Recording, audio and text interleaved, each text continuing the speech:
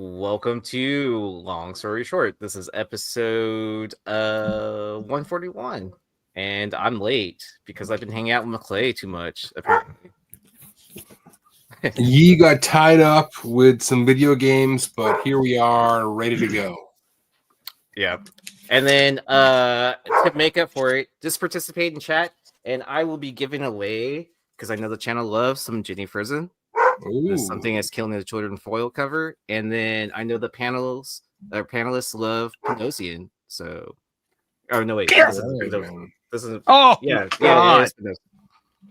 So I'll give away both these books. I'll give away this book to the live viewers, and then if you're watching on the rewind, leave a comment after we finish. This is because, and then I will make a wheel. So. Yeah, and then we'll be giving away this book. So let me get the giveaway started for the live entry, which I don't remember which book I said, which I think I said this one, right? Okay. So now that business is taken care of, all right. Big shout out to our sponsors. And, I wanted to make sure not to have a no call, no show. So big shout out to Cover Price. Make sure you use the code Nirvana14 for a 30-day unlimited membership for only 99 cents. And then you can use the code Nirvana for I believe a 10% discount over at Bird City Comics. Some restrictions may apply. So how's everyone's week going? Oh man, it's good. It's going fast, man. This week's been wild, but Thursday night, happy to be here talking about some cool books. So looking forward to the weekend. It's Cowboys versus Lions. When is that game? Is that this Sunday? Right now. Oh, it's right now?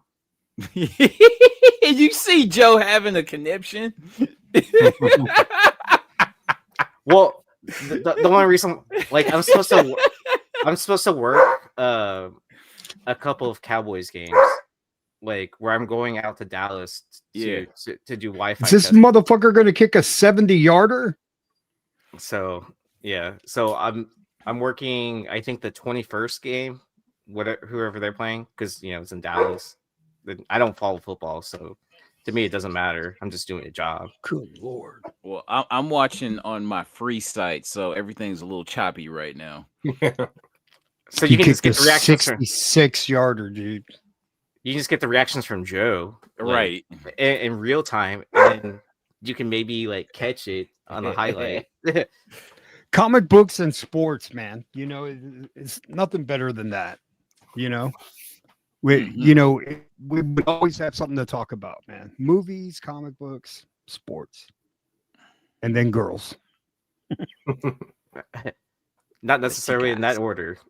Yeah, just mix it up. It'd be all together. Yeah. Oh, there is not going to be a hot book alert live on Sunday. I gotta go out of town. All right. Where you going, man? I'm going to. I might be going back to Cali. I might be going to. I'll put it in the chat.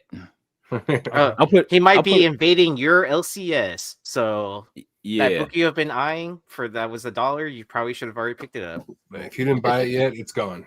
Yeah. What do you guys think of this one that came out this week? Oh, dude, I had to get it. John Byrne. Yeah, it's a nice looking book for sure. I just worry that there were a lot of exclusives for that book, right? Mallet. So there's probably going to be plentiful. You know what I mean? Yeah. But it's a good looking book for sure. Is that pissed off about that yet though, man? That dude, he doesn't get happy when Marvel doesn't compensate him for his shit. That's one. Is that remastered art? Yeah, totally. Yeah.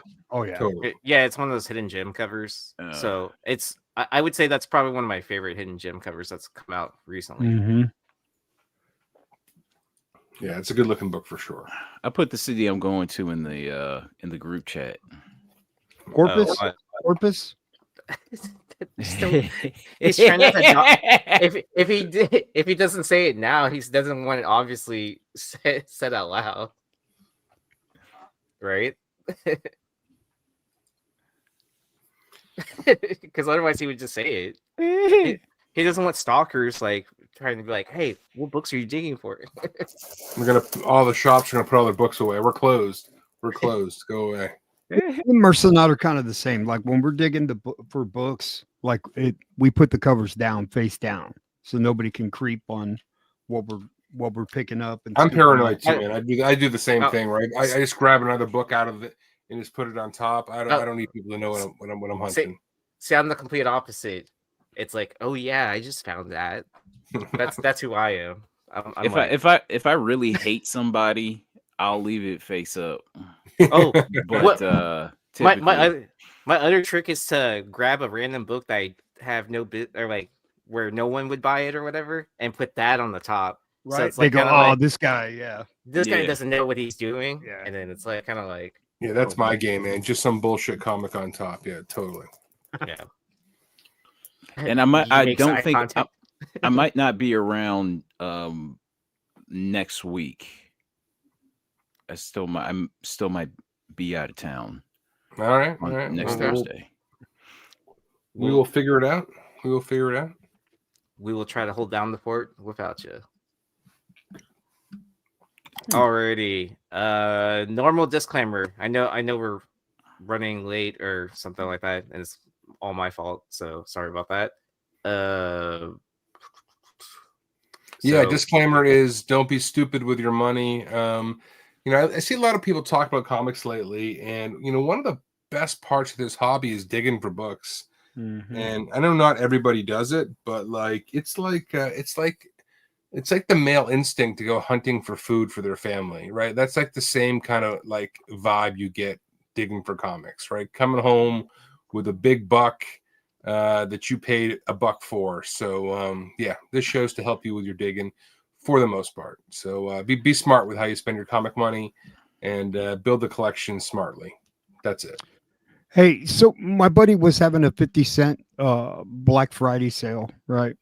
So I didn't get a chance to go Friday and I didn't go Saturday, but he had a 10 outside his shop and he had long boxes there.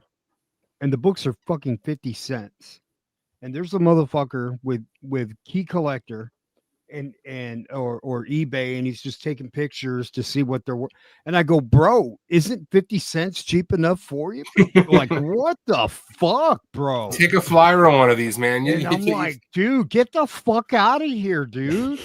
Like, if you gotta fucking do that, you got no business in the game, dude. Dude, you know what? And I'm not trying to be an asshole, but the dudes who scan the barcodes, like I guess there's some app where you can scan the barcodes of all of these and it tells you. Like I've seen guys doing that now. Oh, where you can just scan the barcodes and it'll pop up information for you, and the price pops up.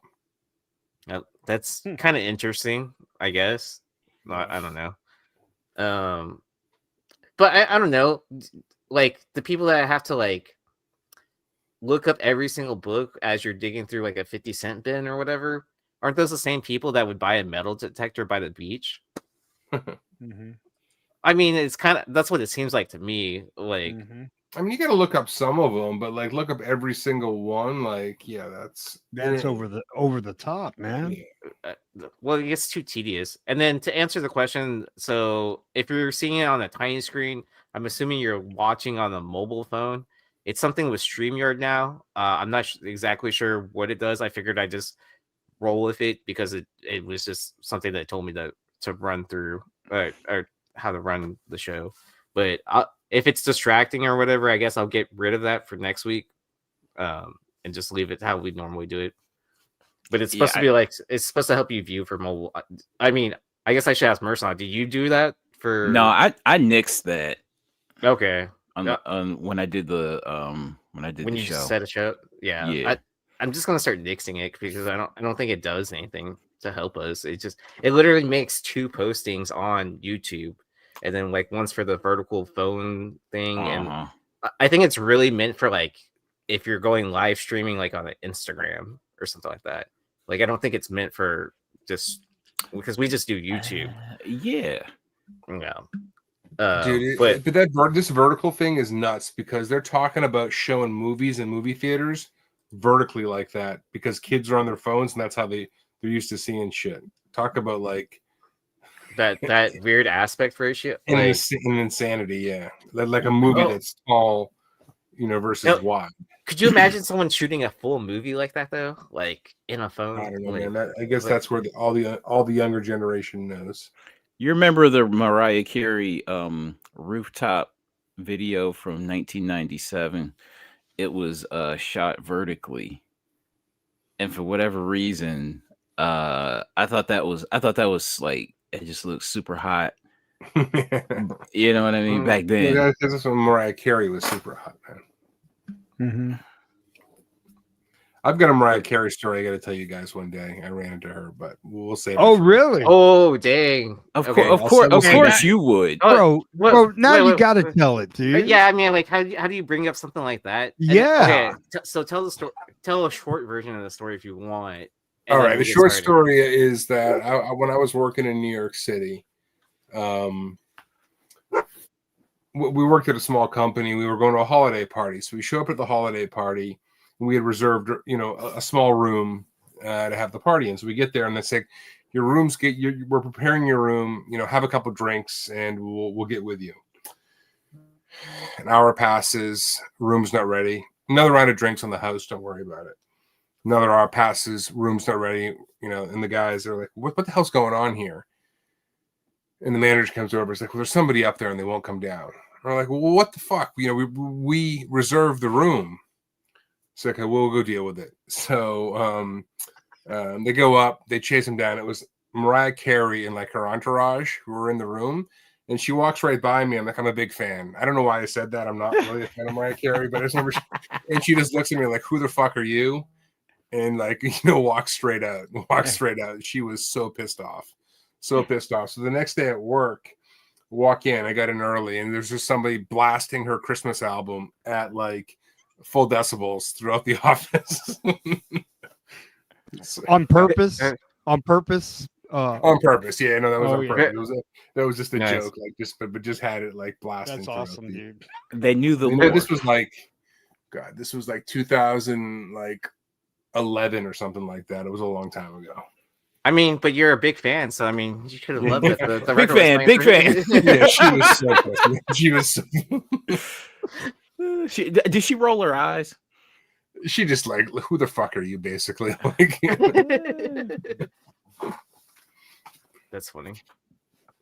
All right, let's get into the show. Let's get into the show before we lose all the viewers. All right, Carter, you want to take this one, man? This one's you. Sure.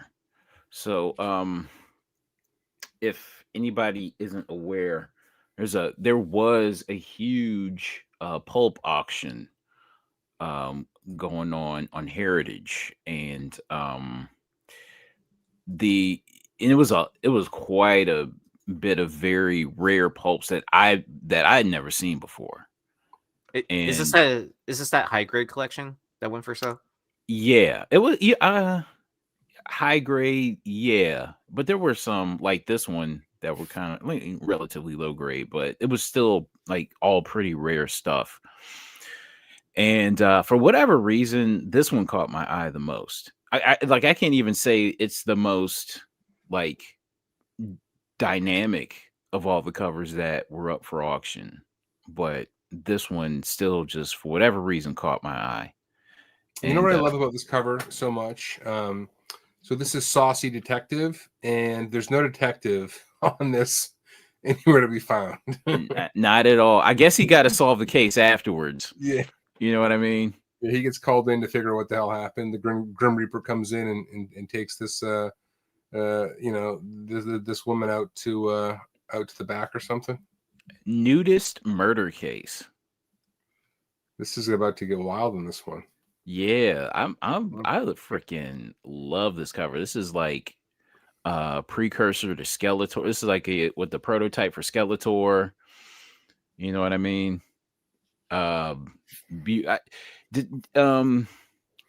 Okay, you said uncredited cover artist. Okay. Yeah, so I couldn't so you sent me a picture of the slab. Yeah. There was nothing on there. I did a little work on it. I couldn't figure out who did the art on this. Saunders did some work. Norman Saunders did some work on these Saucy titles.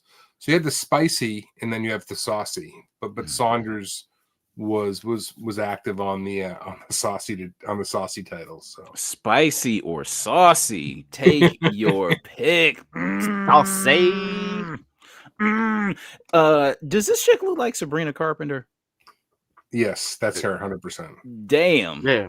So is she a time traveler or is she an immortal like Taylor Swift? All right. Yeah, I think they're all immortal. Yeah. But it's weird. Okay, if you remember like the Marvel covers, the chick on the cover of those looks like Miley Cyrus. Yes, but I think that might have been intentional, wasn't she? I mean, No, those she were was done. like she was still like a really little kid in like the. She hadn't blown up 2000s. in Hannah Montana yet. Not at all. Like, No. Okay. No. Like she looks like Miley Cyrus as an adult now. You know what I mean? Yeah. I just figured. Okay, I thought they were closer to when that show was like at its prime. All right. Yeah. But great. But super. Just great covers. Great colors. So as I was looking at that, this book popped up, Saucy Movie Tales. Oh shit! From the same year, same publisher. And this is Norman Saunders who did this cover. And I'm thinking to myself, like, what's going on here, man? They're making this girl walk through the snow in basically nothing. Like, is that snow? Yeah. Yeah. Okay. She's got some boots on. At least she's not barefoot. But damn, man, like this one's mentally tough, dude. She doesn't even look cold. I don't know if you saw the cover a little bit closer. She does look kind of cold. Nah, man. Look at her face, man. She's taking it in stride. Yeah. I mean, she doesn't look too bothered by the whole situation, but the dude, he's knee deep in snow, and he's like, wool pants, warm like jacket, huge jacket. Yeah. These lousy Bolsheviks.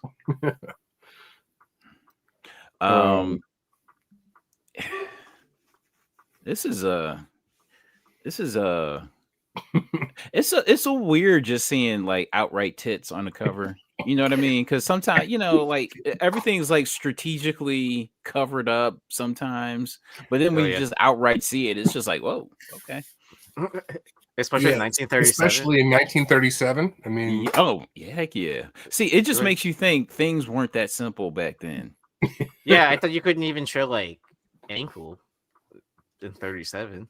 Especially like I probably pre World War I, but then afterwards things kind of like exploded. No pun intended. Everything kind of exploded after that time. Oh, so like during World War II, people grew up, kind of situation. Yeah, I would say like after World War I, because then you had like the Oh, that you could die at any moment from. Yeah. It's like, I just survived the depression, and now I'm going to die in the war. Like. Shit, no, wait. Was even did I get it backwards? Yeah. World War I's pre-depression. Yeah. I mean, this is right in the heart of the depression, right when the shit was going on. 37. I mean, shit was bad. Mm-hmm. Adam, this is Spicy Movie Tales number 15 by Movie Digest Publishing in 1937. So a really tough book to find. I just came across it when I was looking at the other book Carter had sent. So, but this is Norman Saunders, and I think the other one, he isn't credited with it, but it's close enough to his style where that might have been Saunders as well. Same publisher, same time. Like, it's not a stretch that could be a Saunders cover. So I'm kind of surprised that Blind Adam doesn't have a movie titled Saucy Movie yet.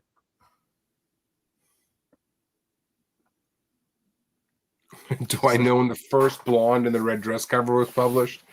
I don't think that's knowable, man. Like, you've got to go back to the 20s. I don't know. Like, that's the annals. Yeah, I mean, that's that. I don't know. I mean, this red dress is there, but barely. You can write the Library of Congress, and they'll tell you. I'm risking life and limb to say that. All right, before we get in trouble for this cover too long. Yeah, let's get going. All right.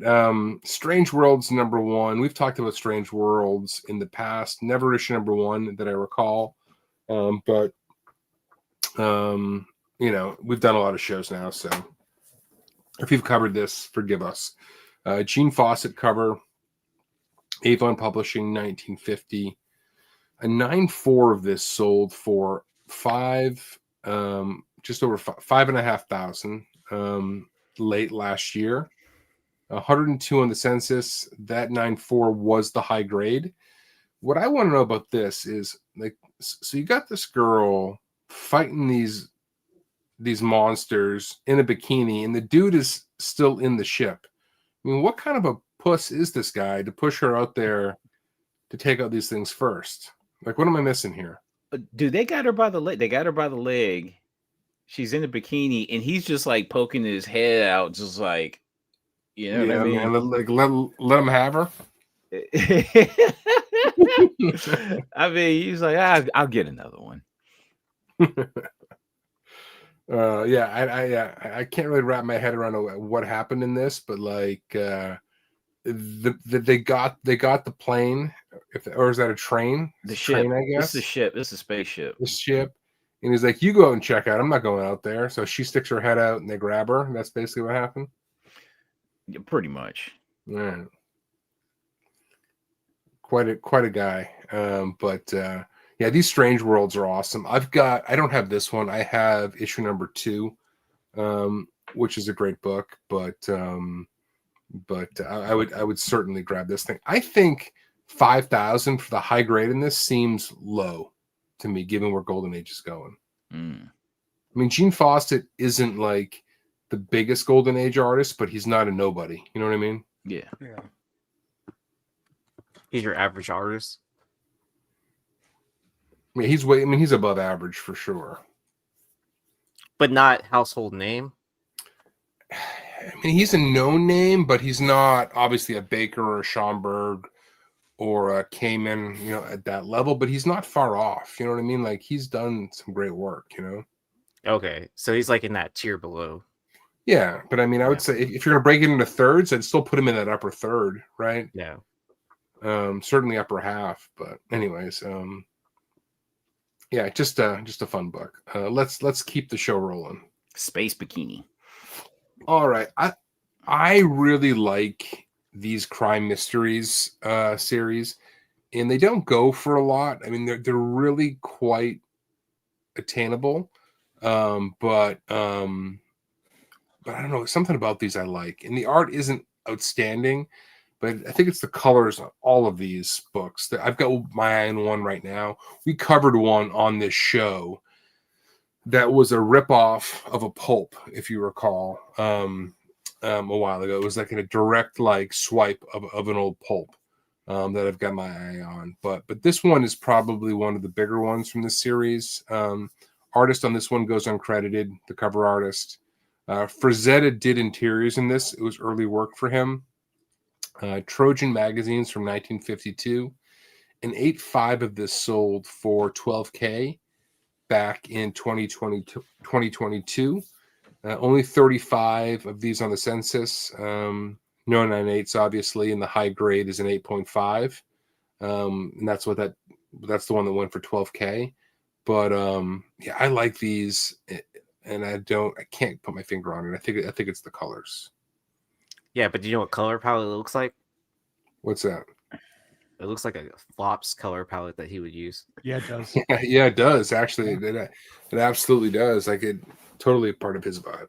Yeah. Yo, are you reading the what does it say? It says Lance Storm, who was a wrestler. Yeah, I see that on there. Back in the 90s, early 2000s. Got the Dr. Fu. What trips me out? He's Hispanic. What I don't know, like, what kind of work table that is, but just randomly a skull is just sitting on the bench. It's like, hey, put a skull there. Okay, but it's just like, it really doesn't make sense with everything around this, the oddest thing. Yeah, I think this dude just kills people. Like, he's just draining her blood. He goes, here's a skull. Let me show you what I do. Okay, so we have proof now that Flops is a time traveler. Yeah, he might be, man. He comes off as a time traveler, man. I wouldn't put it past him. Yeah.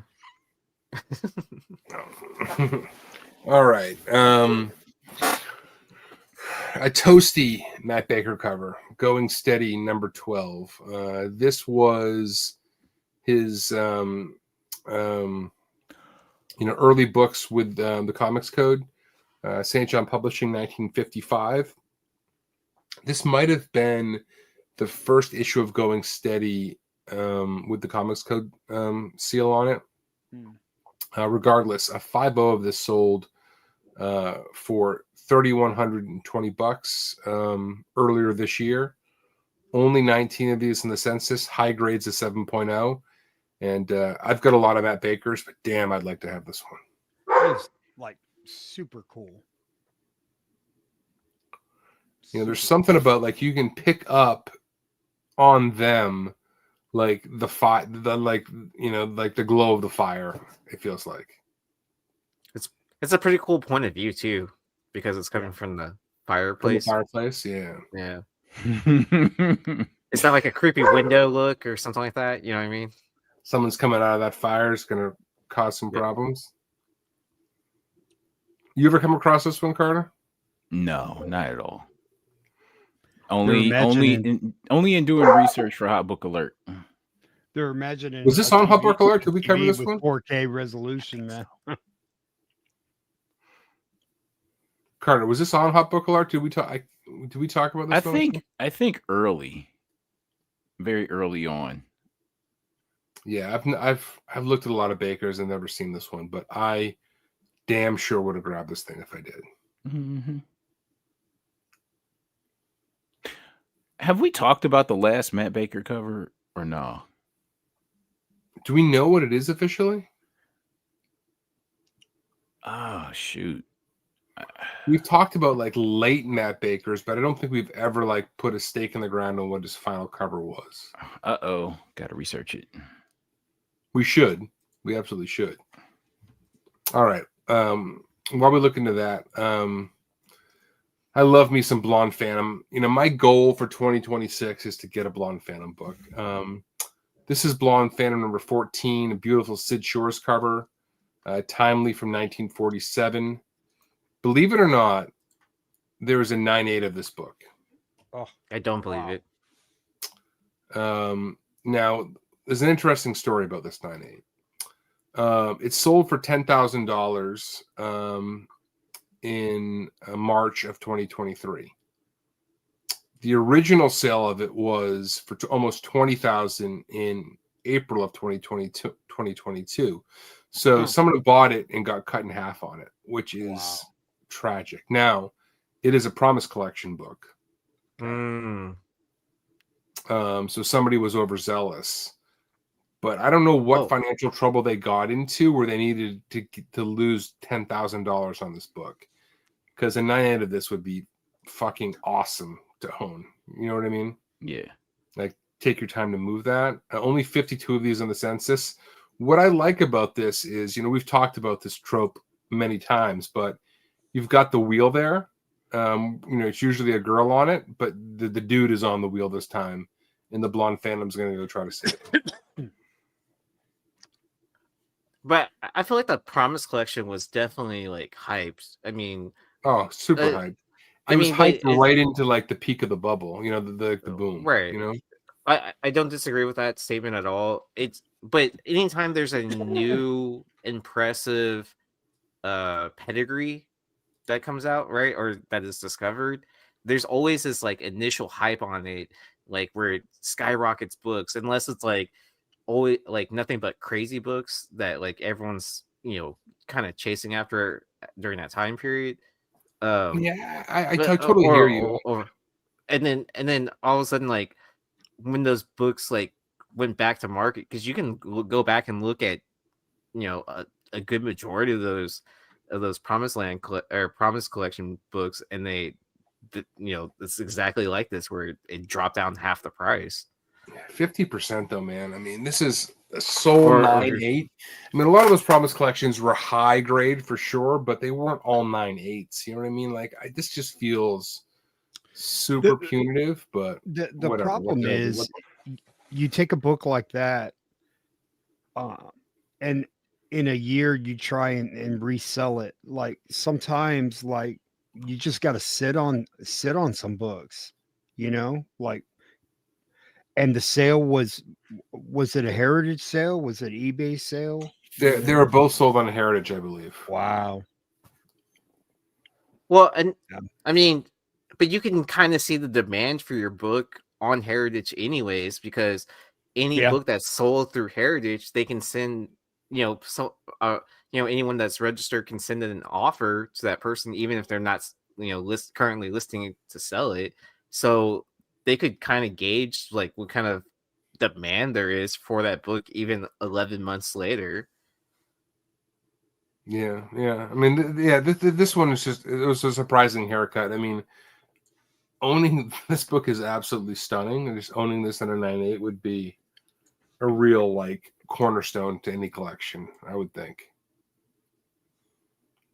Anyways, all right, let's keep it rolling. All right, Carter, did you send me this book? I don't think so. No, I don't think so. I had it on the list for the show. If somebody in the chat sent me this, I apologize. I had this like in the slides for this week, and I don't remember where it came from, like preloaded. Archie number 24 and Al Fagley cover. Fagley, I don't know how you say that, but Archie Publications, 1947. The high grade on this is a 9.2. It sold for $3,300 back in 2024, 42 on the census, and Betty's not happy to be catching Archie with Veronica. Archie was a real hound, by the way, man. Like the more Archie covers I see, I mean, he was a true hound. He was a hoe. I mean, have you seen Riverdale? I mean, the dude can't help himself. He told Betty that he was going to see his sick grandma, I think, and he ends up hooking up with Veronica. I mean, this dude, man, he cannot control himself.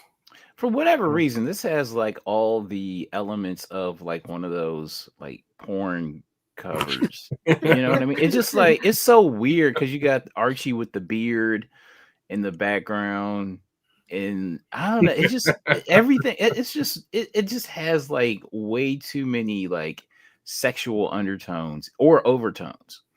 Mm-hmm. You saying this is not a coincidence? The setup on this one? No, not at all. And you got the moon. You see the moon in the background? Yeah. See, it's not even a real cover because it's made by AI Fajili. All right. Millie the Model number 31. I thought we talked about this book, but I searched the slides and it wasn't in there. So Dan DiCarlo cover. Stan Lee wrote this. So this joke on the cover is Stan's. Marvel Atlas from 1951. 7.0 of this sold for almost $1,700 back in 2018. So like 7 years ago. Only 8 of these on the census, which I thought was really surprising. And they're basically saying, but what does this have to do? What does a blonde have to do with pretzels? And the dude's like, who cares? Which is really what marketing was all about back in the day. Yeah, I love the old Millie books. Pringles pretzels. Yeah, I mean Pringles pretzels. I mean Pringle. I don't know which one came first. If the old Pringles chips actually existed at this point in time, or if they stole it from Millie. Anybody got this one? Look it up. When was Pringles? Found it. Yeah. Okay, hold on. Pringles found it. And did they have pretzels? Pringles first came out in 1967. Okay. 67, so way after. 6'7".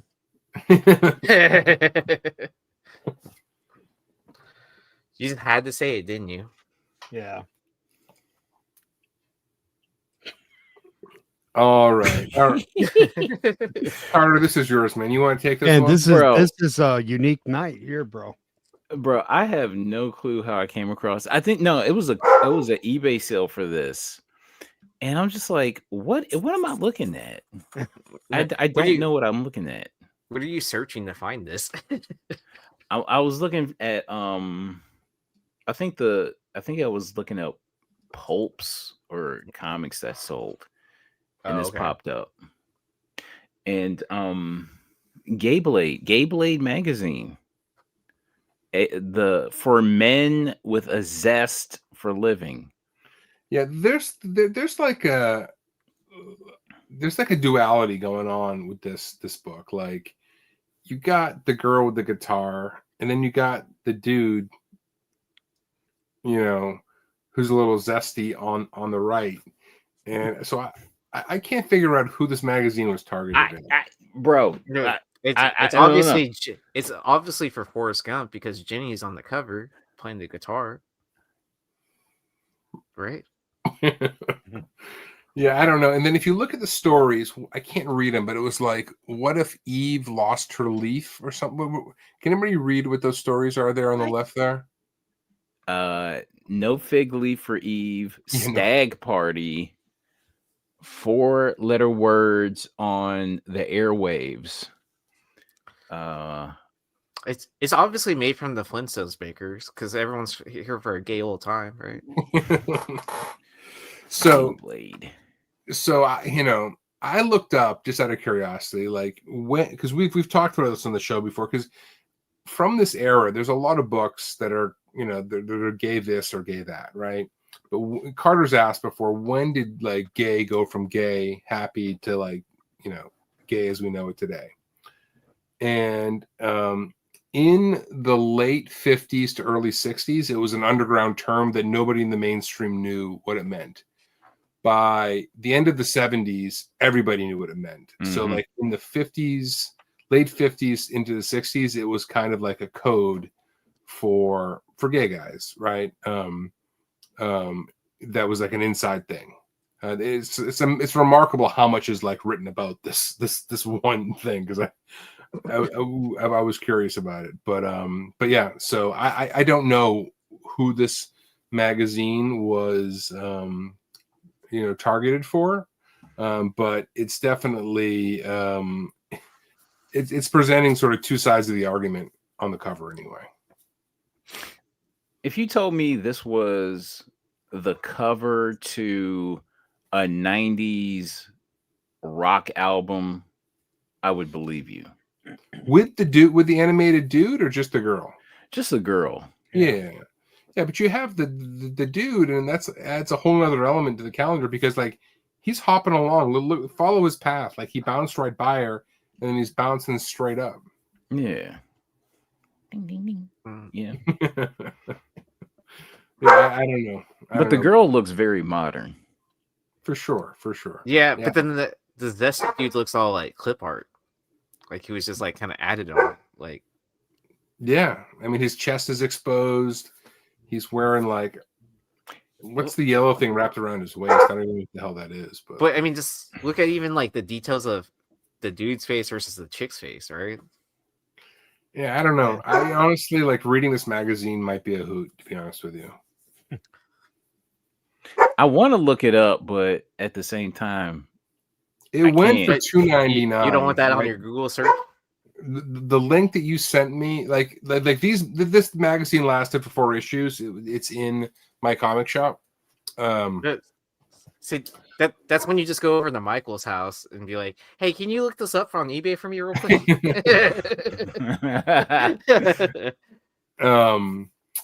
Yeah, it lasted for like 4 issues. It was, shit, I forgot what I was gonna say, but it went for $2.99. Carter, the link you sent me.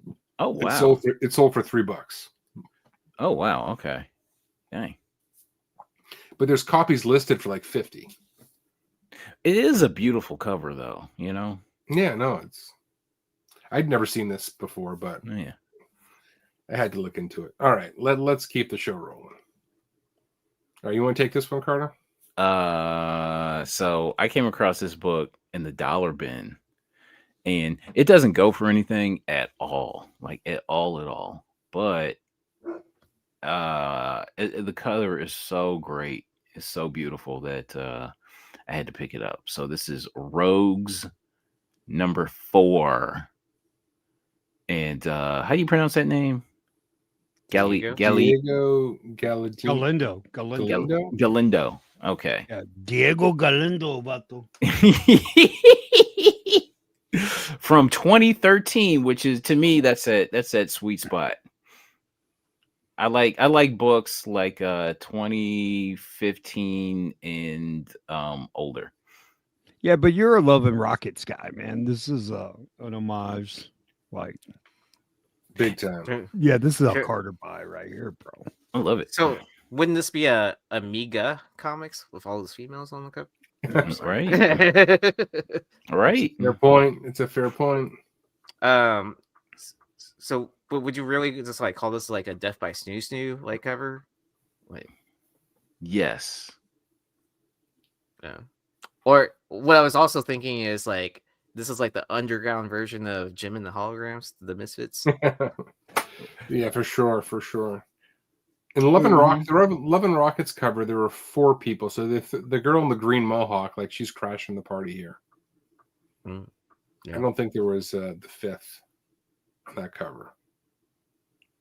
All right. This is cool though. And a lot of the books in this series were all famous homage covers. I went and looked at it. Oh, okay. Yeah. Nice. I don't think issue number 1 was, or if it was, I didn't recognize it.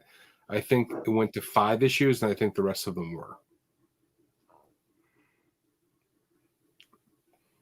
All right. So we're going to talk about some Marvel Adventures. Carter, I think you had some success with these books recently, if I'm not mistaken. But yes, this is Marvel Adventures Iron Man number 7. We've talked about these before.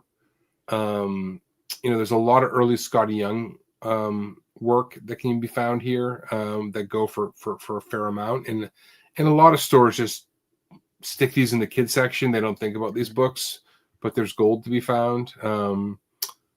So this is number 7 by Scotty Young from 2008. What you want to be aware of when you find these as well is that the Newsies are like the double gold find when you find these books, because these were super short printed, and the Newsies are exceptionally difficult to come by. But yeah, beautiful Scotty Young work. We've got this one, and then there's one more we just threw on the show tonight. If you go to the next one, which I like even more, to be honest with you, like this, there's something kind of haunting about this one that I think is really cool. But yeah, you should definitely be keeping your eye open for these. These are definitely in dollar bins and 50-cent bins. These were in a recent haul, Carter, for you, right? Yeah, I found this one. And number 7, I found the newsstand version, and it says Marvel Techno, where direct edition would be. Yeah, on sort of the far edge of the barcode, and like there's a small black bar at the edge of these barcodes. Yeah, and most of them will say direct edition, but if it says something else, like Iron Techno, whatever Carter said, or anything else like that, means it's the Newsy, and definitely grab those. Yeah, but this cover in particular, it's like really striking. I'm surprised it doesn't. I'm surprised it doesn't go for more, just because it doesn't go for more because nobody's talking about it. Nobody knows it. Like once these things sort of break in the open, then the Scotty Young collectors come rapidly. We talked about some of the Spider-Man ones like way back on this show. You could find them for nothing, and they go for hundreds of bucks now. So it's just, I don't think people know to look for them. I mean, unless you're JC with the hashtag non-baby youngs. Well, JC, I mean, he's a big fan of Scotty Young's older work before the baby cover days. Yeah. Wasn't there someone that watches the show that found a bunch of the Marvel Adventures? I want to say it was They Call Me Bruce, but I could be wrong. I'm a big fan of the Deadpool stuff that he did, Oh, the Scotty that Young. Deadpool run stuff is brilliant, man. Yeah, the Cable specifically. I like the Cable and Deadpool stuff that he was doing. Yeah, like there's a Doctor Strange cover. Like there's some really good shit. Some hard ones to find. Yeah. Those books are gonna have their day. Like you can still find those out there for cover or less, but they're gonna have their time, I think, because it's some of his better work. It's because Cable didn't do anything, to move the needle for the comic side, right? Like it was great to see Cable in the live action film, but you know what I mean. It didn't do anything for like any of that. I mean, it did for a small time frame, but yeah, it didn't sustain, right? Like, I mean, I'm sure most of the people on this panel remember the time period when first appearance of Cable was more important than first appearance of Deadpool. Dude, that was like my entire childhood, man. Like all through like high school, like 87, like nobody wanted 98. I had 98 and I didn't have 87. I mean, 98 was like in dollar bins forever. And then and I think it eventually, like when it got to that rumor stage or whatever, that's when it became like a $10 book. And then what was it? It took Joe Kelly writing Deadpool to really kind of elevate him to the next level. You know what I mean? Yeah. All the Deadpool stuff that came before then didn't move the needle on the character that much. I think when they started doing statues and figures of Deadpool, and people saw like, the Snake Eyes-y kind of character he had a Toy Biz figure. Like I collected all of those Toy Biz Marvel figures when I was a kid, and he had a Toy Biz figure that I fucking cherished at the time. And he hadn't blown up at that point. Yeah. Well, wait. Did you have the skinny one where he had the sword that was built into his hand? Yes, the original one. Yes. That like kind of the little knife that came out of his hand. Where it kind of poked out, but it didn't really do anything. Yeah, no, I that was the one that I had for sure. Did you know? I had some of the later ones too, but like, did you have the later one where he's that Toy Biz line from the X-Men? Yeah, this is his first. This is his rookie figure. Yeah. Did you know they made an anniversary one of that of the same one? Yeah, and it's I gotta get it. And it's like a 6-inch figure instead. No shit. Yeah, I'll take pictures because I have one. Because I worked at ThinkGeek at the time when they made the anniversary one, and so I like pre-ordered it. And the best part about working at those like GameStop or ThinkGeek, when they get a case of them in, I got to pick out which one was mine because because they a lot of the like I'm not buying a full case on the minimum wage job. I'm buying one. So like I pulled the one I wanted, like pristine box and all that, because it came with a dust cover too. But there was another Deadpool figure shortly after the original one where he's like on steroids and his mask like comes off. Yeah, I've got that one too. Yeah. Yep. I remember I was gonna say I remember the time when early 2010s finding the first Cable and the first Deadpool together. Oh, for nice. Like 15 apiece. Oh man, that's a score. That's a score. Wow. Cable had faded out a little bit by that point, and Deadpool was starting to pick up speed. But regardless, that's a good score. All right, so this is West Coast Avengers number 4. This was not a heavily ordered series, but this is a beautiful Marco Mastrozzo 1 in 25 variant. McClay was going through like covers of the year a couple of shows ago on the Hot 10, and he kind of went by this one, and I was trying to hit him in the chat like, dude, you skipped over a banger, man. But you have the link. Just jump into the just jump on the it was too late, man. I was like half asleep, but yeah, man. This book goes for ratio, but there were no store variants for issue number 4 of this. So there's none of that, right? So this is like an old school 1 in 25. Just a book that I think is kind of eye catching. Cool cover. Mm-hmm. Who doesn't like Spider-Woman, man? I love that cover. Yeah, she looks pretty badass. But Mastrozzo's done some ridiculously good stuff over the last couple of years. So, This is Jessica Jones #1, although the cover may lead you to believe otherwise. This is when they were throwing anniversary stuff on any books they want. This is a 1 in 20 Varegi variant. Rest in peace, brother. A 9 of this hasn't sold for almost 8 years. Only 60 of these in the census, 5 and 9.8. This is not an easy book to find. I believe there are 2 listed on eBay currently, and they're asking more than that, more than the 9.8 for it, just for raws of this. But yeah, this is definitely one I think you should keep your eye open for. It strikes me as one of those books that a dealer might just stick in a variant box, not knowing that it's harder to come by. It's very unassuming. It is. It's unassuming for sure. Classic Varegi style. The picture I put on here doesn't do it justice. It pops. The purple in the back is a little more vibrant than what we're looking at here, and the blue helps it pop a little bit. But regardless, just an obscure book that's probably worth keeping an eye open for.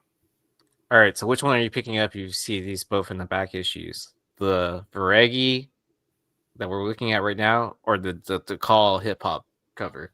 Oh, I mean, I'll always grab that Call, man. It's from the same series. I'll always grab that Call, but yeah. I would like to have this one. I've got probably 2 or 3 of those Calls. Gotcha. I don't see him ever though digging. Like I dig like crazy, and I never see that Call book in the wild. Yeah, well, and then also in that same issue or same series, the issue 4, the Call, Jessica Jones cover. Like, you know what the funny thing about that issue is? Yeah, there's like a weird Gwenpool appearance in that book as well. Oh, that's funny. Like Jessica Jones in prison, and like just somebody dressed up as Gwenpool is like walking by and says something. It's a weird fucking thing, but yeah, I like never see that cover, either or. So I love that cover. That DeCall cover is brilliant, man. But you can't even hate on the A covers either because they're all David Mack covers. Yeah, I know. Yeah, and then Mack did all the Alias covers on top of that. So yeah, I love Jessica Jones, man. I mean, I remember reading that series from Bendis when it came out. I don't even know how to say this, but that interaction between her and Luke Cage, I don't know if you know the one that I'm talking about, but like the fact that was written into a comic book, like I'm like, holy shit, what am I reading right now? Anyways, yeah, that was back when Bendis hadn't lost his fucking mind. But anyways, next book. All right, so this is an interesting one. So Wolverine Origins #47. There's a handful of books that kind of fall under this sort of category. These 1 in 15s. There's a Scotty Young that goes for big money. The same thing is, this is the same vibe as that Guardians of the Galaxy by Scotty Young. This is a Humberto Ramos 1 in 15. I found this book digging the other day, and it kind of stopped me in my tracks. The picture probably doesn't do it justice. I mean, my copy's right here, but the detail in the back of this book, like with Iron Man in the wall there, is stunning. And like, there's no copies of this on eBay. This is one of those 1 in 15s that appears to be really, really difficult to find. But just I've never seen that in the wild, man. Well-rendered book. You fucking lucky motherfucker, man. $5 in a $5 bin. God damn it. Well, I was going to say this is part of the. Isn't this the Iron Man by Design? Yeah. Variant. It is. Yeah. So there's all of those. This one is harder to find than the Scotty Young. Well, the Scotty Young Guardians of the Galaxy goes for crazy money. Man. It does, but this Wolverine, or you just don't see them. I mean, Bruce says he's got a copy of it, but like I went through eBay, I couldn't find it listed, a copy listed on eBay. I could be wrong, like I didn't comb it like with a fine-tooth comb, but I couldn't find this thing on eBay anywhere. So, but some of these go for crazy money because Scotty Young also did. It was for Wolverine as well. That he had that samurai cover that he did. I don't know if you recall. We've covered it before in the show. That goes for like a couple $100 now. So. Yeah, this one this one is really eye catching for sure. So that's the joy of digging, man. Like you never know what you're gonna find. They figured it out in 2010. Not to put the barcode on the front. Like what happened over 15 Dude, years. the guys running Marvel right now couldn't be dumber. I mean, I'm assuming it's the same people, and they're just getting older. No. Nah, I'm just guys, joking. Tom Brevoort and these motherfuckers, they're literally like, I don't think any of them even give a shit. They're just there collecting a paycheck. I don't mean to be like that guy, but like, I don't think they care, like at all. Like at all. Oh, just like they need to make these. They're just going through the fucking motions. And then like I have to make this many numbers to get X amount of dollars. Yeah, basically. Yeah, basically. I mean, that's what it appears to be at. I mean, you've got fucking CB Cebulski, the fucking goddamn editor of Marvel Chief. Go to his goddamn Instagram, and it's all food. That's all he fucking posts about is what he's eating. That's funny. And he's the goddamn editor-in-chief of the biggest comic book company in the world, and all the fucking dude posts about is what's for lunch. Like, it's a goddamn joke. Sorry, I don't mean to get bent, but like, it's ridiculous. Like, it's goddamn ridiculous what's going on. Well, you would think you would have like a CB Cebulski like comic Marvel thing, page or whatever, or like Marvel editor-in-chief, something like that. Dude, the story I heard is when they fired fucking Quesada, he was in the room and was just given the job. I'm not even joking. Like, it was just like, all right, you can take it. Whoever has to be in the closest line of sight. Seriously, dude, I that's what fucking happened. Or it's like, who wants to be team captain? You throw a ball up in the air. I mean, it's goddamn clown show over there. So, yeah. Anyway, sorry, I did not mean to derail the conversation with my frustrations with Marvel editors, but god damn it, I got to do something. Yeah, Liger, man, I'm gonna crash out, buddy. I gotta chill. You're 100% right, but god damn it, man. Like, you get a job like that, man. Like, take some pride in it. Like, make some good comic books. Like, what the fuck? It's a dream job for like countless people. Next time I run into him, I'm gonna give you a call because I have your phone number. Please do, man. I'll share my thoughts for sure. Yeah, all right. Because I got to meet him once. So, well, what was he eating? We were were we walking on our way into a restaurant or into a hotel restaurant, or were we walking out? I can't remember. All I remember is I was with Dennis and Brian. Well, good thing I wasn't with you guys because I don't necessarily feel the need to be polite in those situations. Anyways, all right. Avengers number 25 from 2012. This is a Delato 1 in 15 that you don't see that often. You don't have this one, Carter? I think I have that. I fucking saw this for $15 a couple weeks ago. And you passed on it? Yeah, because it wasn't really going for too much.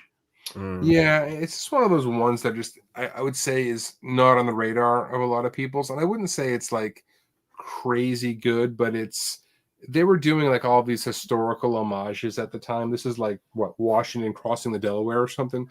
Yeah. And then I have a question about that. Why is Hulk George Washington? I'm just joking. It's Captain America. Yeah, and 9 of this sold for $180, which I think is a respectable sale, to be honest with you, back in 2023.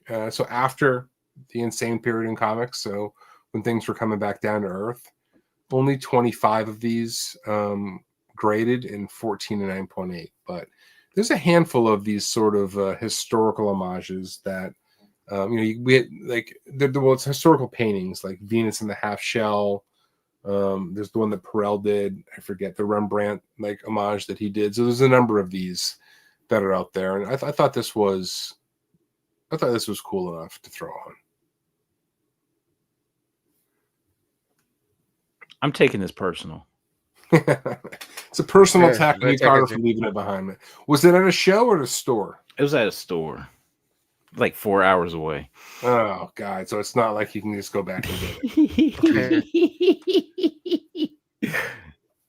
I mean, but that's kind of your answer too. That like, if you weren't willing to pay $15 for I mean, would you like honest? I mean, even if a 9.8 hit the market right now, do you think it would even sell for 180? Ugh. I don't think. I mean, just say in ideal world, right? That Yeah. the copy you found, it was a 9.8 candidate. You know, you grade it. Now you're in it for like $50, right? Like, is it gonna sell for 180 again? Like, if it does, like, oh, awesome, great flip. But if it, just sits on eBay forever, then was it really worth it? Right. Yeah, I don't know. These things, Delato's going to have another run. You know what I mean? Like, he's such a good artist. And we're going to talk about at least one more of his books tonight. So, and you never know when these things sort of come to life, if you will. But anyways, next, yeah. So, I've never pulled the trigger on this book, but I've come close a number of times. I think it's really well done. So this is Deadpool #1. Do you know who did this exclusive? I can't remember who did it. It was, I want to say it was like the Comic Mint or something like that. Yeah, I don't. I'll take your word. I don't know, but there's a trade dress in this version. I've always wanted to buy this book. Like, I've come close a couple times and just, I don't know, just never did it. Regardless, a 9.8 of this sold for $254 earlier this year, which is still respectable for this book. A 9.8 of this sold for $500 back in 2021. Only 93 on the census, 64 9.8. But yeah, just a very well rendered Deadpool by Delato. I'm looking it up right now. Oh no, it was an IG Comics variant. IG Comics, okay. Yeah, and they were doing all that weird shit where even though they had to print 3,000 books or whatever, 3,000 and 1,000, they were destroying copies to make them. Yeah, theirs were more limited at the time. Yeah. Yeah. The funny part is that company was based out of Houston, but they didn't actually have a physical store. It was just like incorporated. Well, it was just like an online thing because all they were doing were selling like mystery boxes and stuff like that. Oh, and then they had their own exclusives. But the funny part about this Deadpool series, this is the one that was written by Scotty Young. Yes, Scotty Young did this one. Yeah. Yeah, I actually liked this series too. That was a really well written, like, Deadpool. I thought the Deadpool series was good, and honestly, the one after this one is like one of my favorites. The Kelly Thompson series, when he was on Staten Island and he was like the king of the monsters. Yeah, I thought that was like really well done as well. Both those, like, I mean, like, I know they're two different stories and they weren't really related at all, but like, they should have kept on with each of those. I mean, I know Marvel was doing its whole like weird like legacy numbering thing and all that, but like there was no reason to change writers from Scotty Young on that Deadpool series. No, I mean, he got canceled quickly, and then Kelly Thompson out of the like that issue #10 where it's like him sitting on the throne and Jeff the Land Shark's at his feet. Like, that book goes for a ton, but like that got canceled like out of nowhere. Nobody even saw that one coming. And that was like one of the better runs. Like, him and Elsa, like, I don't know, it just worked. But whatever, fucking take it up with CB Cebulski, fucking asshole. Anyways, next. All right, I don't think we ever talked about this book. If we have, I apologize. Cyberforce #6. This is just an early JTC cover. It doesn't really go for anything, but it's not that easy to find. Way back in 2013. You can definitely see his style kind of coming through here. I would say this is him doing positive space before he moved to negative space. But this is a cover C. That's, like I said, not an easy book to find. I know he's got his collectors, so. Alrighty. Next, we've got, this is Carter's. I don't have this book. Strange Pine, but it's a good cover though. Strange Pirate Tales, #1 from 2000. Wow, Steve Mannion. Yeah, it's it looks like Sam Keith. Kinda. Yeah. It has that vibe to it for sure. Yeah. Oh, this is the Bald is Beautiful cover. Yeah, I mean, I found this. I found this in a dollar bin a couple of years ago. It was with like a bunch of Steve Mannion books. I was super psyched. The one person I expect to have this book is in the chat. E-Man Tony, do you have this? She's smoking. Yeah, she's got a cigarette in her mouth. It's that with the FDR look. Yeah, with the extender filter thing. Like, well, E-Man says this is also a butt sniffing cover, and I can see where he's going with that. Oh, yeah. Yeah, Mannion is the man. No pun intended there, but oh, he does have it. Yes, let's go.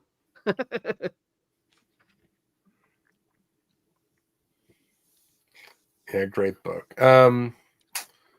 So Carter and I were talking on Hot Book Alert last week. Achuma Hill Sacrificers 1 in 20. Was it 1 in 25? Carter, it's going for like $200. It was a book. Yeah, I've posted about it. I don't think we ever talked about it on the show, but Chuma Hill is an awesome artist, and that book has gone crazy. It was selling for 30 or 40. And it jumped into the 200s almost immediately. But Chuma Hill's got some other really cool stuff, like this book right here that's out there. So this is Marian Heretic #1. This is a fun read if you haven't read this. By Boom Studios, just came out recently. This is from ECGCE. This is a store where basically you subscribe to them for the year and you get access to like a few limited variants they put out. This version was, as I understand it, limited to 200 copies. But just an awesome Chuma Hill cover. I think it's really well done. As good as that other one that we were talking about, The Sacrificers. That ECGCE group is very interesting. I remember when they first started out because they were doing a lot of Something is Killing the Children covers, yes, like exclusives. And then at that point in time, the group was just building their rep, right? So there was no like subscription based like membership to get in on their covers. Like I think you just had to jump through like some, I don't want to say like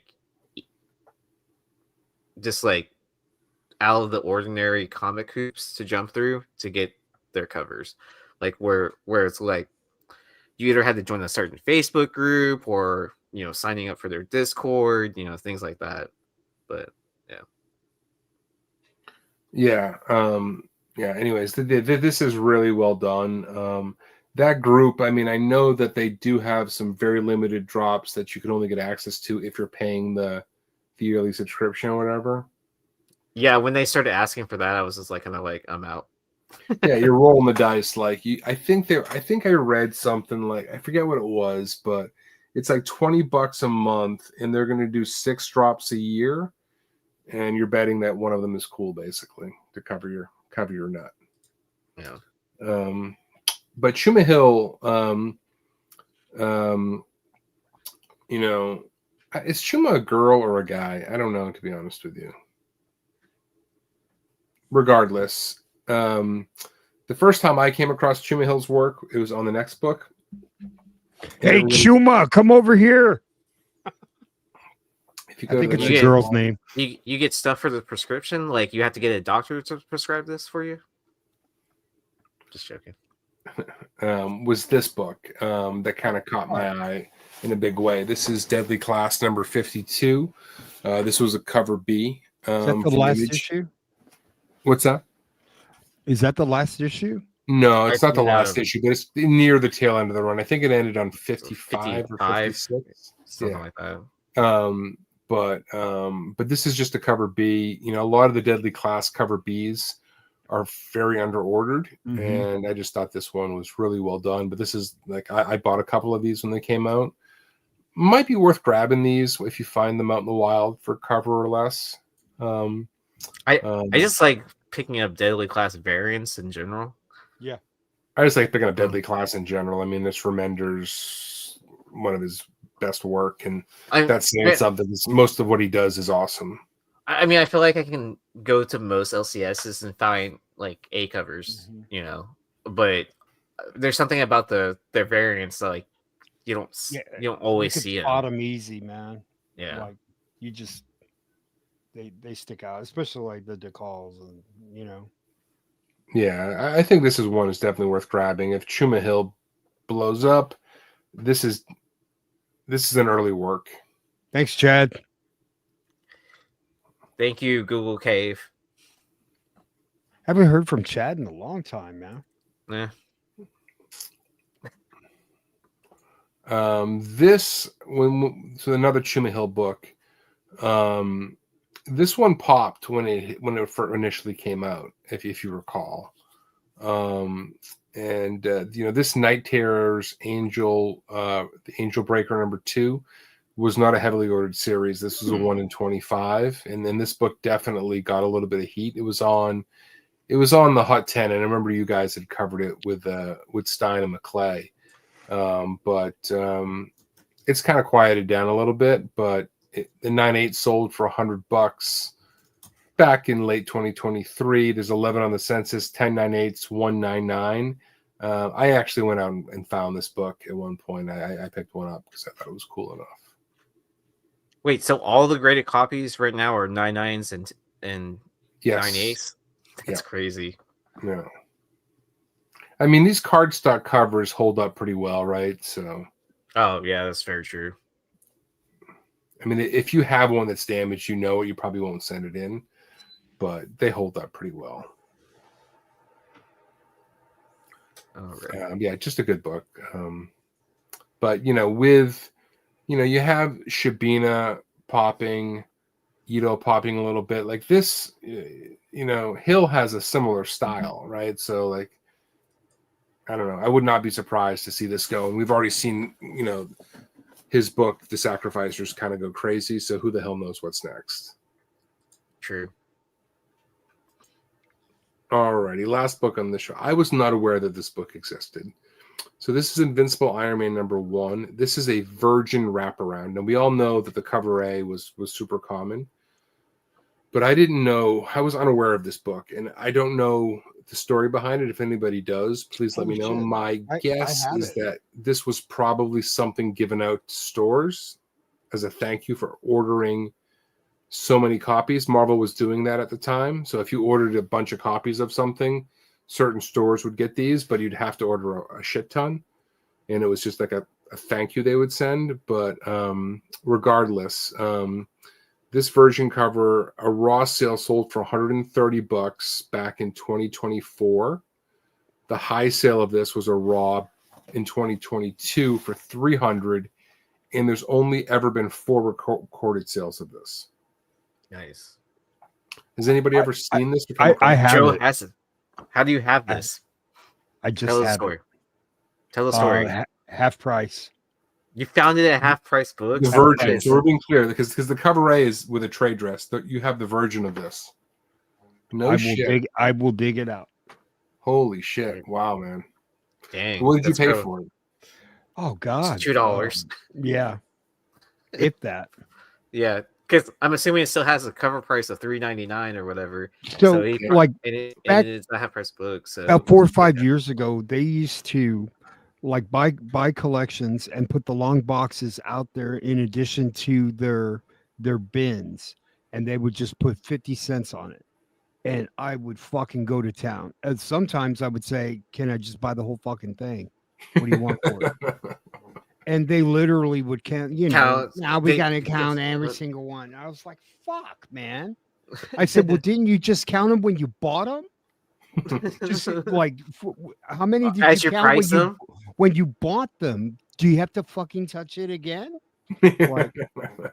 Like. Wow, dude, that's amazing. Now I'm getting upset. I'm reliving these fucking idiots here, man. My favorite do have this fucking book. My favorite was the half price books that kept comics behind their buy counter. I don't know if you know this trick. And you would go up to like where they're sorting through books that they're about to purchase, and you can go through their like recently received like comic books or their high value in comic books by going up to this counter. I mean, some places have it in the lockbox, but the real secret is like to find the really, really good stuff at half price books. You go up to the counter where they're buying books, because that's where they haven't put it out, where all the vultures have already picked off the the carcass. So you get always helps to know somebody there too. Yeah, I stopped going to the half price by my house because the one of the girls that started working there, she used to work at a comic book shop, so she knew like I wouldn't say like anything that was like from 2020 and on. She did not know anything that was happening at that time period, but anything before that, like you're looking to pay retail price for any of those comics now. Yeah, so the Texas Toys comic shop that closed, the guy's working over at half price. Yeah. But he stuffs the fucking bins the same way he would fucking stuff them at Texas Toys, where he just made it so hard you would have to pull everything out and then thumb through it. So now if they're packed that same way, I mix everything up just to be a motherfucker. That's awesome. Oh, yeah. I hate it when they pack them. You can't look. It's so frustrating, man. Alrighty. So big shout out again. Thank you for showing up. Sorry for being late. But big shout out to our sponsors. So shout out to Cover Price. Make sure you're using the code Nerdvana14 for a 30-day unlimited membership for only 99 cents. You can also use the code Nerdvana for a 10% discount over at birdcitycomics.com. And then I did say I was going to do a giveaway, so make sure you send something in the chat. And then I know I said I would give away this book, but I'll let the winner choose whichever book you want, because I have multiple of both. So, and then also whoever wins the giveaway for leaving a comment after the show, we will select a winner that way. So let me get my... Leave a comment on the rewind and you'll be entered. And then we'll draw the winner. So I'll give it a few more seconds. Any quick stories before I draw a name so people can get their last minute entries in? Cowboys suck, bro. No. I mean, I have now, for this season, I will have gone to 2 Dallas Cowboy football games this year. And but I'm working so much that like I don't even get to sit there and watch the game. Like I'm actually like I have to wait until there's people in the crowd to do like the testing I'm doing. I'm like doing like Wi-Fi testing. All right, drum roll, dun, dun, dun. And here's your winner. 3, 2, 1. Ooh, Johnny! Awesome! I don't even have to send the book out. All right, Johnny. I know you have my phone number. Hit me up. But if you did not win, leave a comment, and then Johnny, we can meet up tomorrow at my place of work. So easy enough, man. I know people are gonna say I rigged it, but if you think I did rig it, leave a comment, and you will be entered into the next giveaway. If he did rig it, it's valid. That's good, Yee. Well, if you think I leave a comment, and then you'll be re-entered. That's good, man. Yeah, I came up with that on the fly. All right.